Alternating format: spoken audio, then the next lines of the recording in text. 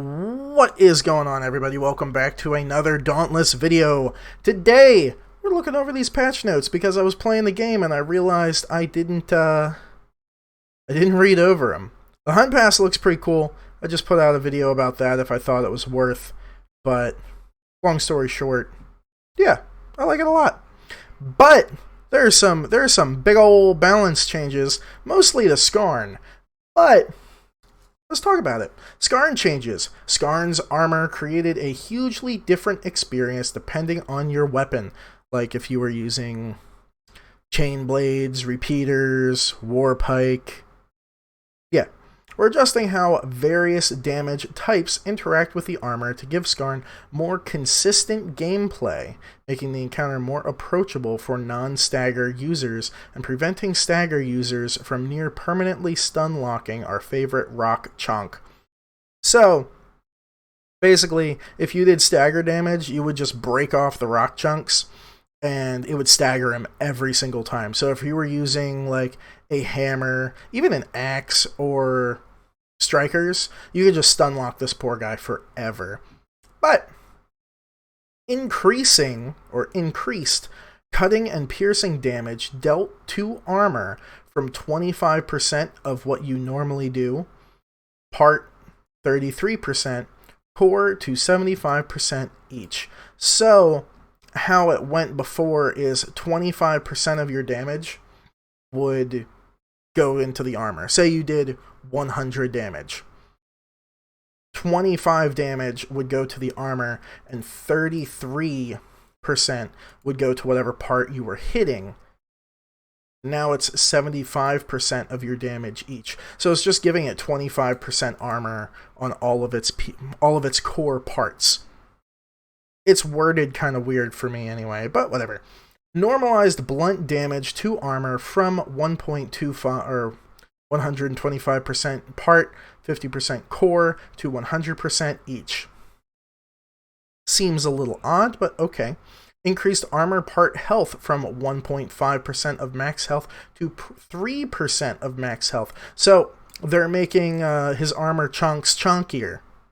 I'm honestly okay with that.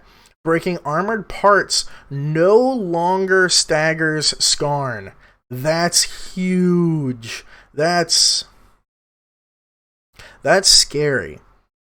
Additionally, Scarn's Stone Spire attack is now a line of spires that track towards the player. It's more telegraphed, but also more dangerous. Please do not touch the chunky rock. We've also made some changes to the Whirling Fortress attack. Give it a clear counterplay. Dodging, running, and interrupting are more viable and easier to execute. At the spin start, players are briefly pulled off the ground towards the Scarn. I'm interested to see how this works. The interrupt indicator is more visible, indicating when Scarn is blah blah blah. Dodging away from the pull no longer causes you to be pulled back further.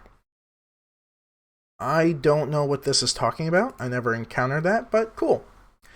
Lesser Gnasher changes. Lesser Gnasher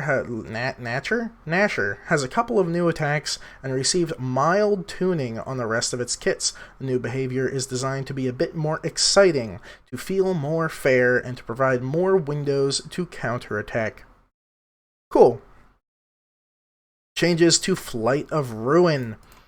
Axe Special can now generate Lantern Charge and Lifesteal, as well as trigger certain on-next hit effects.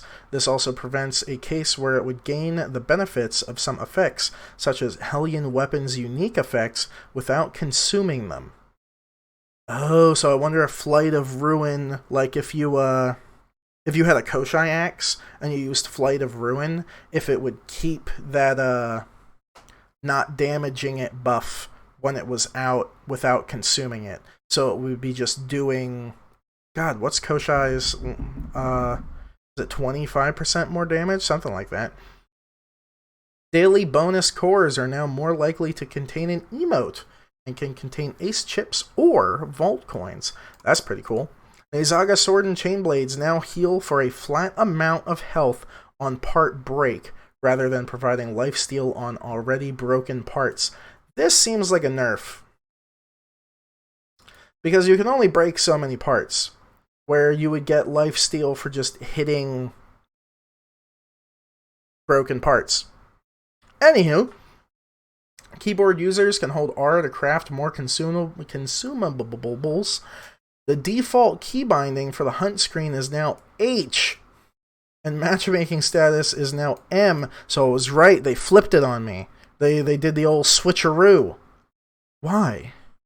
Why would you do that? I mean, it makes way more sense that matchmaking is M and hunt screen is H, but default action, cool, it's a flare. Helms, cool.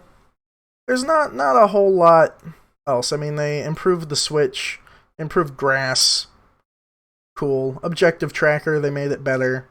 Clear crafting lists, better messaging, bug fixes.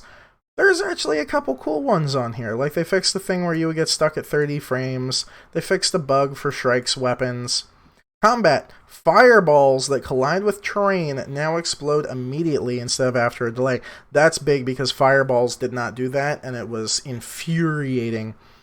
Strike weapons, they did less bonus damage. They fixed it. Fixed the bug. Malkurian's legendary ability to teleport you to a random location.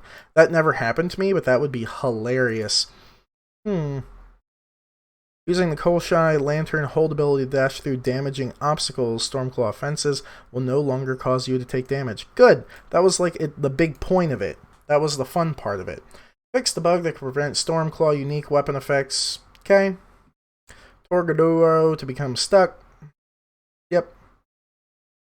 Blaze escalation could not be hit. Alright.